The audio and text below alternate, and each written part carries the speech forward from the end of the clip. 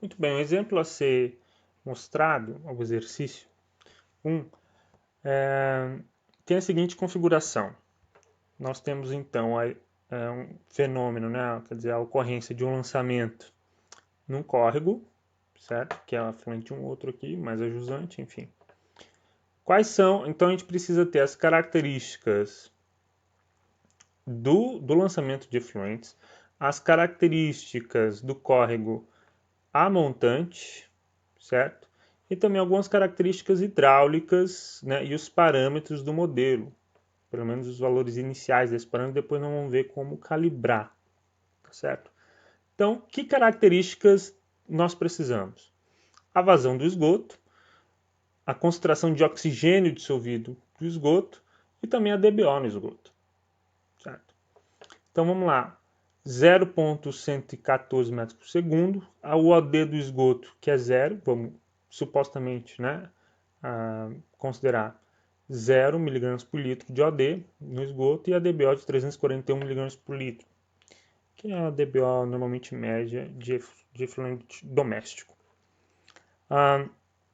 Nós temos a vazão do rio de 0,76 metros por segundo, o OD no rio está em 7,1 miligramas por litro e a DBO vem a montante em 2 miligramas por litro. A velocidade do córrego é de 0,27 metros por segundo, a profundidade de 0,26 metros, né? Bem raso. A distância em que nós vamos simular, a distância do córrego, né, do lançamento até o ponto de interesse é de 50 mil metros, tá certo? 50 quilômetros. E o tempo de viagem, né, se a gente fizer uma continha básica, né, utilizando a velocidade e a distância, a gente acha o tempo de viagem, que é de 2,23 dias, certo? Que demora a água para sair desse ponto e chegar até o final do ponto considerado. O KD inicial nós podemos adotar como 0,77 e o K2 como 5,23. Ambos são dia menos 1, porque é uma cinética de primeira ordem, tá joia? Tudo isso a gente pode ver, consultar na tabela, né, na bibliografia. Sugiro o livro do von Sperling, né, que tem esse exemplo. A concentração de saturação para as condições de simulação, as condições do exemplo é de 7,9 mg por litro, tá? E o OD mínimo exigido, né, para a situação aqui, que vamos supor uma situação de classe 2, né, um rio de classe 2, o OD mínimo exigido na legislação é de 5 mg por litro. Vamos para a planilha. Muito bem, essa é a planilha que nós encaminhamos por e-mail e vamos dar uma olhada nela de forma geral. Tá? Então, isso aqui é uma planilha para simular o oxigênio dissolvido no fenômeno da autodepuração a partir do modelo Streeter-Phelps, que é o primeiro modelo desenvolvido para isso. Não é? Se eu der um -1 aqui, só para vocês terem noção da quantidade de até onde vai a planilha, né? Nós temos aqui a parte com os dados de entrada, tá ok? Em amarelo são todas as células que você deve preencher, ou poderia preencher. Aqui na parte inferior tem, na parte média, né, tem os dados de saída do modelo. E aqui uma parte do perfil, que é o perfil de OD e DBO, que o modelo utiliza para colocar os cálculos, que ele vai aproveitar. Então essa aqui é uma parte que a gente aproveita na planilha para montar os gráficos, tá ok? Então, vamos voltar aqui. Então, isso aqui mostra para nós o gráfico do oxigênio dissolvido e da DBO do exemplo. Em azul, os dados gerados pelo modelo. E aqui em vermelho, nós temos aí a exigência da legislação, certo? Que é de 5 mg por litro de OD. Muito bem, vamos começar.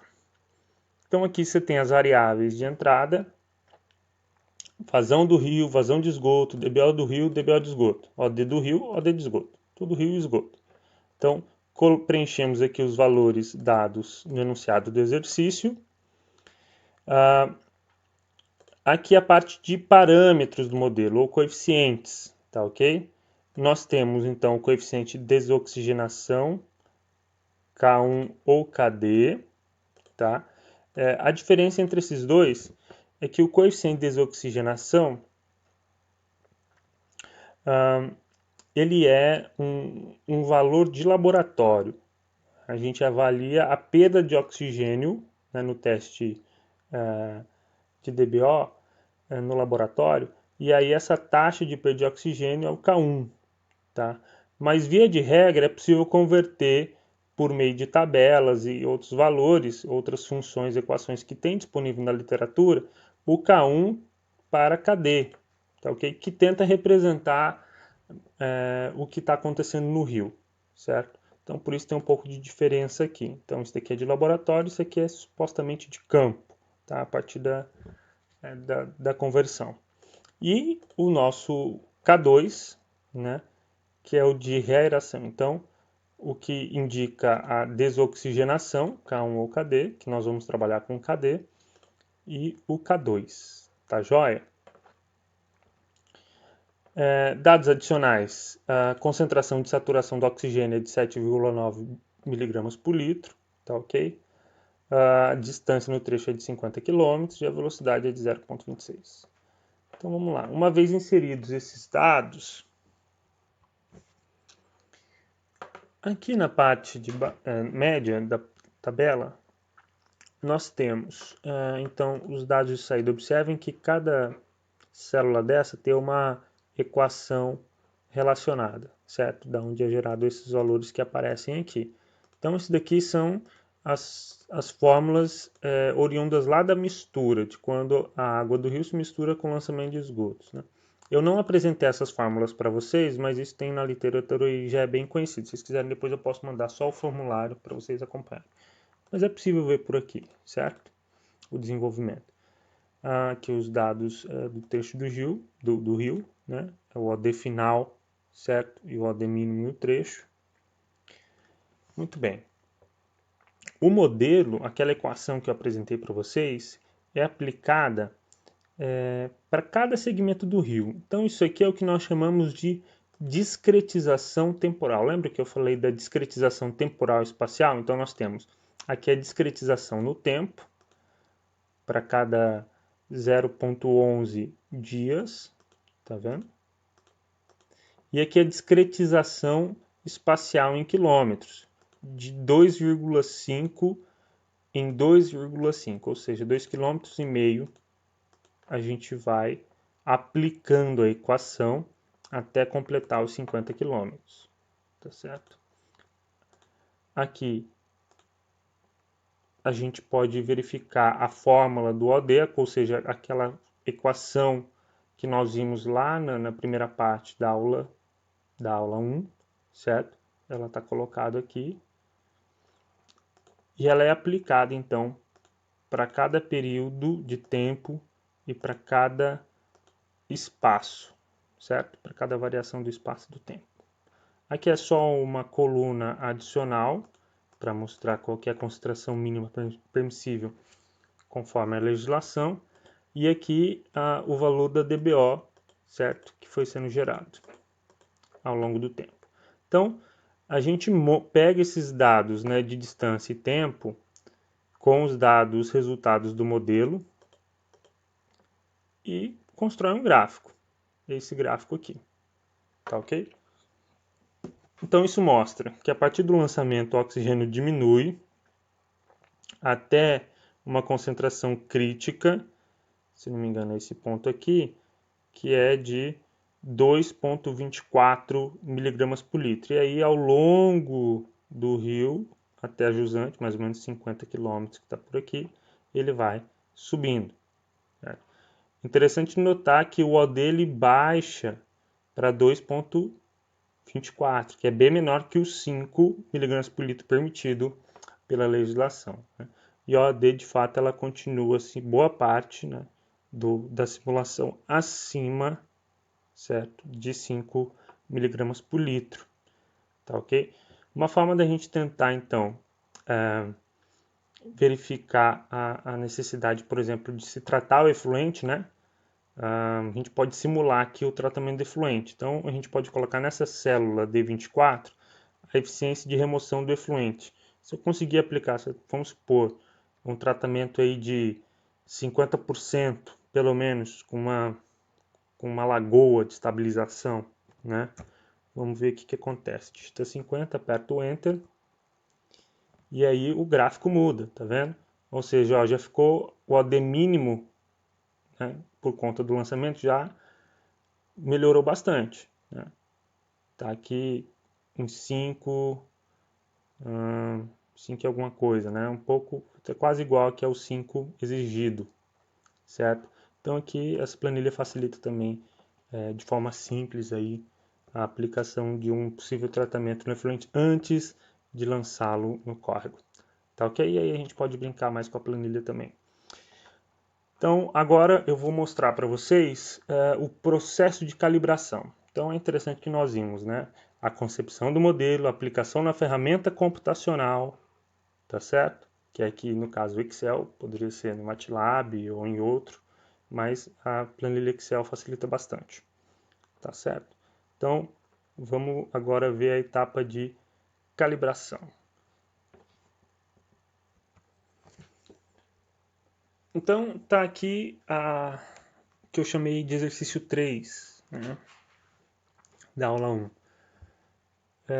Uma planilha para nós calibrarmos o modelo de Streeter-Phelps, considerando os dois parâmetros do modelo, que são KD e K2, correto? A questão é a seguinte, nós utilizamos um modelo, fizemos a simulação dele, né, com a planilha Excel, então seguimos lá os passos da modelagem, nos falta agora calibrar o modelo. Por quê? Não basta que eu aplique o modelo,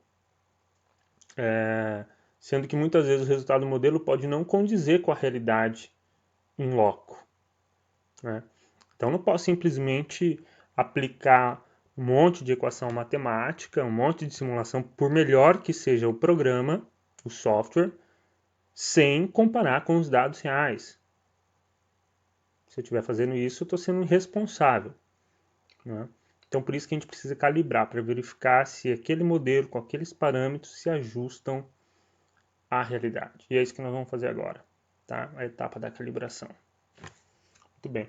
Planilha aqui está subdividida da seguinte forma, é muito parecida com aquela anterior, tá? Em que a gente simulou, só que a diferença é que ela tem aqui na parte de baixo o perfil como tinha na planilha anterior, mas tem aqui a parte dos dados medidos, né, obtidos em campo. Então a gente tem que comparar a simulação com os dados reais obtidos em campo. Então foi feita uma campanha, né, de medição de vazão e de coleta de água em determinados pontos do rio, certo? Então você tem aqui no trecho 5 km a jusante do lançamento, foram lá, fizeram uma coleta, levaram para o laboratório, verificaram o OD, DBO e os outros parâmetros, enfim, aqui a gente só está utilizando o OD. Depois, 27,5 km a jusante e, por fim, 47,5 km. Então, são 3 pontos em que eu tenho dados observados, tá certo? Isso para OD e para DBO. É claro que quanto maior número de pontos nós tivermos monitorado, melhor para ajustar o modelo, tá certo? Melhor a gente vai conseguir ajustar essa curva aos dados reais. Então os dados reais são essas bolinhas, esses círculos vermelhos, e o resultado do modelo é esse azul. Observem que o modelo ele se ajusta quase bem a esses dois pontos iniciais, mas perde muito do ajuste aqui na bolinha vermelha. Então nós vamos ter que calibrar, alterar os dados dos parâmetros para ver se essa curva consegue se ajustar melhor aqui aos dados reais, Tá joia? Então, aqui na parte de baixo está definindo o que nós vamos fazer para calibrar o modelo. Então, mostrei para vocês na aula anterior, no começo da aula, quais eram os indicadores estatísticos, né, ou as medidas de eficiência de ajuste de modelo, para avaliar o erro do modelo. E eu lembro que falei para vocês do CD, coeficiente de determinação, ou R², né, que é 1 menos a somatória dos valores observados, como esses aqui, tá certo? Menos os valores estimados pelo modelo, que são apresentados correspondentemente aqui na coluna C, tá? Dividido pela somatória dos observados menos a média, tá ok? Ao quadrado. Nós vamos aplicar esse conceito para verificar se o CD se aproxima de 1.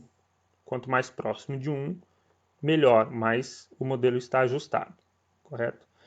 E então nós montamos aqui a fórmula do CD, tanto para o OD quanto para a DBO, e também a gente pode fazer uma média, né, do OD, do CD, né, do coeficiente de determinação do oxigênio dissolvido da DBO, para ver um ajuste médio do modelo.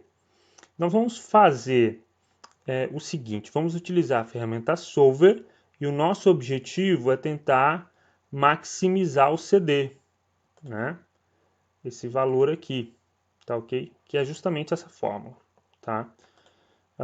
De tal forma que ele fique mais próximo de 1. Então, a minha função objetiva aqui é maximizar o coeficiente de determinação, tá claro? E nós temos algumas células variáveis. Que células são essas? Ora, são os parâmetros, né? Nós queremos variar os parâmetros, mudar os valores dos parâmetros de tal forma que o ajuste seja melhor. Ora, um ajuste melhor indica um coeficiente de determinação máximo ou próximo de 1, tá ok? Mas esse problema, ele tem algumas restrições. É um problema de otimização com restrições. Que restrições são essas? Os valores de KD e K2 têm que ser maior que 0, tem que ser positivos, tá ok?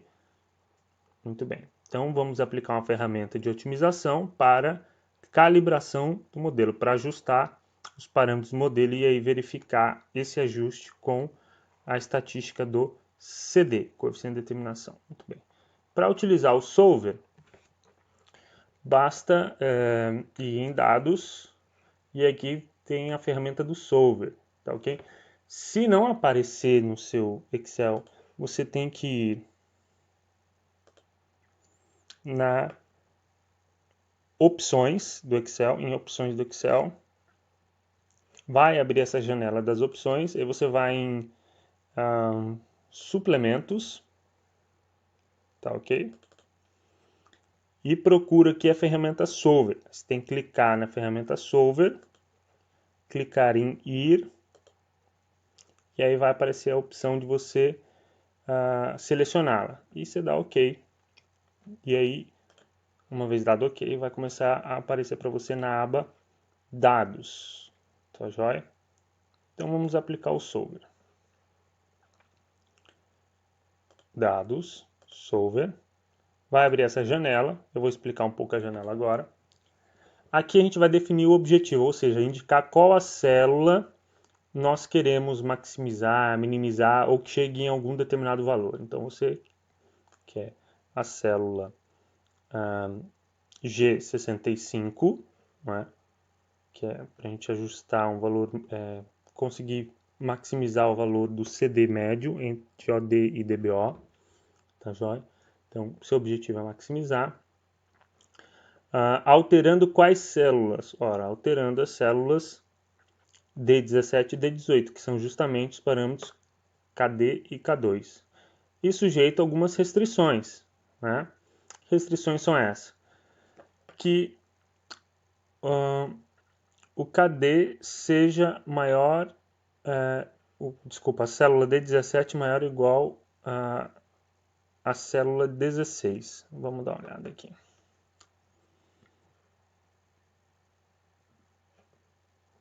Então, a célula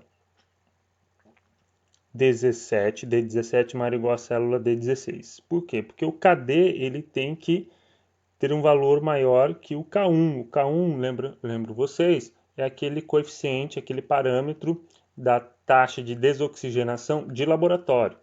Mas na prática, no campo, essa desoxigenação normalmente é maior, tá? Por conta das condições de campo. Então, tanto a célula 16, 17, 18 tem que ser positivas, tá ok?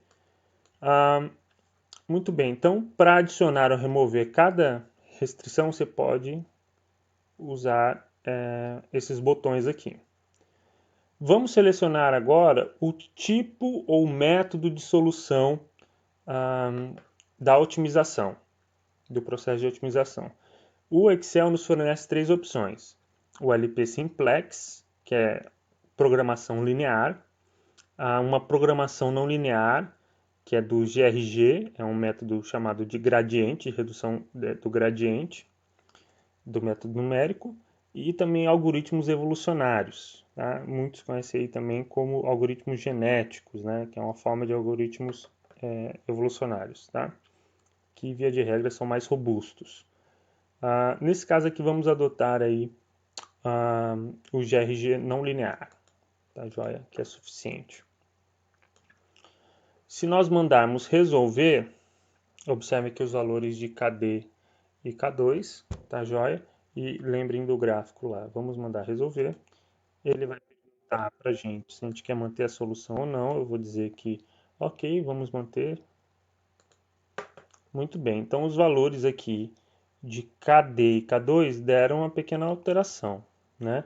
KD, por exemplo, foi para 0,61 e observe que a curva, agora está passando quase exatamente em cima do valor da primeira observação, ajustou um pouco aqui mais para baixo, né, da segunda observação e se aproximou mais também do terceiro valor observado, ou seja, a curva, na média, ela ficou mais próxima dos dados observados.